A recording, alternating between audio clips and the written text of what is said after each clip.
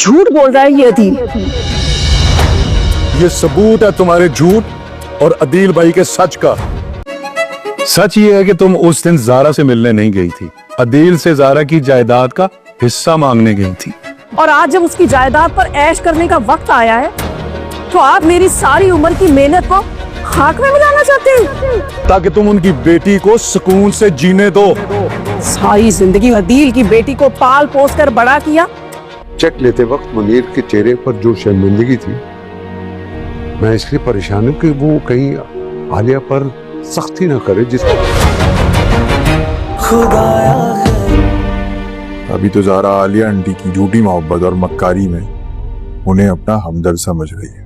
जब वो उसके साथ बुरा करेंगी जिसका वो बदला जारा से ले। पापा, मुश्किल काम आसानी से नहीं होता। सुनाएंगे ना तुम्हें थोड़ी सी बातें, सुन लेना। तुम्हें तो वैसे भी आदत है। मुझे उनकी डांट से कोई मसला नहीं है। तो उनकी असलियत खुद जारा के सामने आ जाएगी। अच्छा, बाकी मैं जानती हूँ खाला जान की डांट में भी प्यार है। वो मुझसे बहुत प्यार करती है। वो डांट सकती है मुझे, बस आदि मुझे अच्छा नहीं लगता कि वो मेरी वजह से परेशान हो या गुस्सा करे। ये क्या है? ये सबूत है तुम्हारे झूठ और अदील भाई के सच का।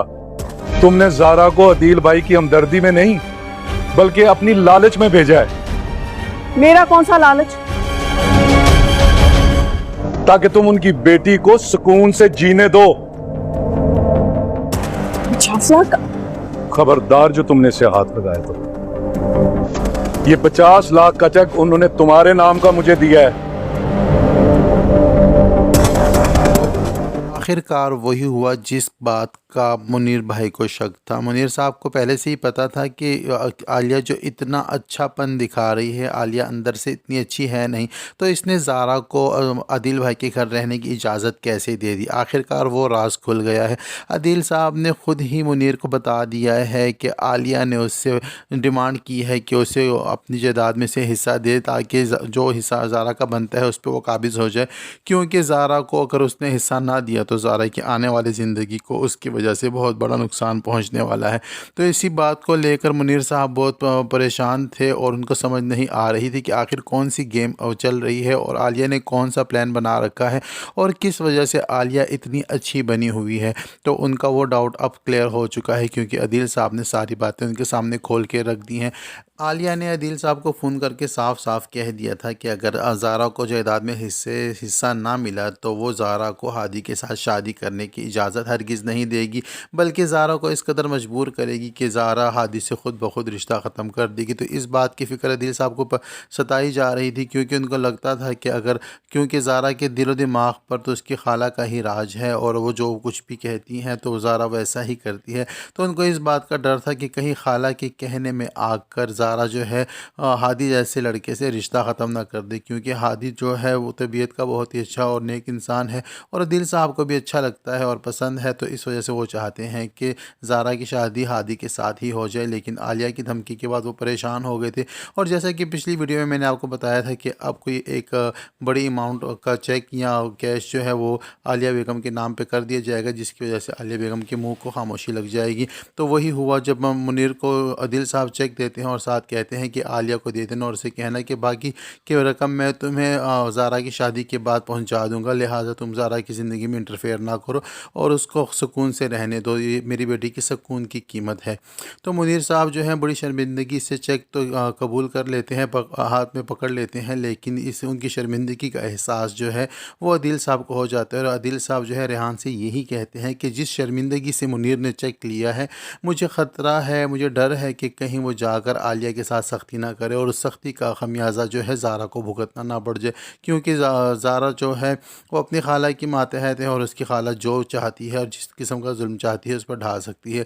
तो यहाँ पर रेहान अपने बाबा को तसल्ली देते हुए ये कहता है कि कोई भी काम आसानी से नहीं होता और ये तो इतना मुश्किल और सख्त काम है, इसमें थोड़ी बहुत सख्ती तो दिखानी ही पड़ेगी, तभी तो ज़ारा के सामने उसकी खाला की हकीकत खुलेगी। तो यहाँ पर जो है रेहान इस बात पर अपने बाबा को एग्री कर रहा है कि अगर थोड़ी बहुत सख्ती होती भी है तो उसको हमें बर्दाश्त बर्दाश्त करना होगा, लेकिन हमारी कोशिश ये होगी कि ज़ारा के सामने उसकी खाला की हकीकत आ जाए। लेकिन होता ऐसा ही है, जब मुनीर साहब घर में आकर आलिया को डांट रहे होते हैं और उसके साथ लड़ रहे होते हैं, उसे कह रहे होते हैं कि तुमने अदील साहब से इतने बड़े अमाउंट की डिमांड क्यों की है, तो पहले तो आलिया मुकर जाती है, लेकिन जब 50 लाख का चेक देखती है तो फिर उसके मुंह में सारी सच्ची बातें खुद ब खुद आ जाती हैं और कहती है मुनीर साहब से कि मैंने ज़ारा को अदील की मोहब्बत में या अरूसा की मोहब्बत में नहीं पाला, मैंने इतनी मेहनत इसी दिन के लिए की थी। आज जब कि अदील की दौलत पर अयाशी करने का वक्त आया है तो आप मुझे रोक रहे हो। तो ये सारी बातें ज़ारा सुन लेती है और ज़ारा को अपनी खाला की लालच का अंदाज़ा हो जाता है कि खाला जान ने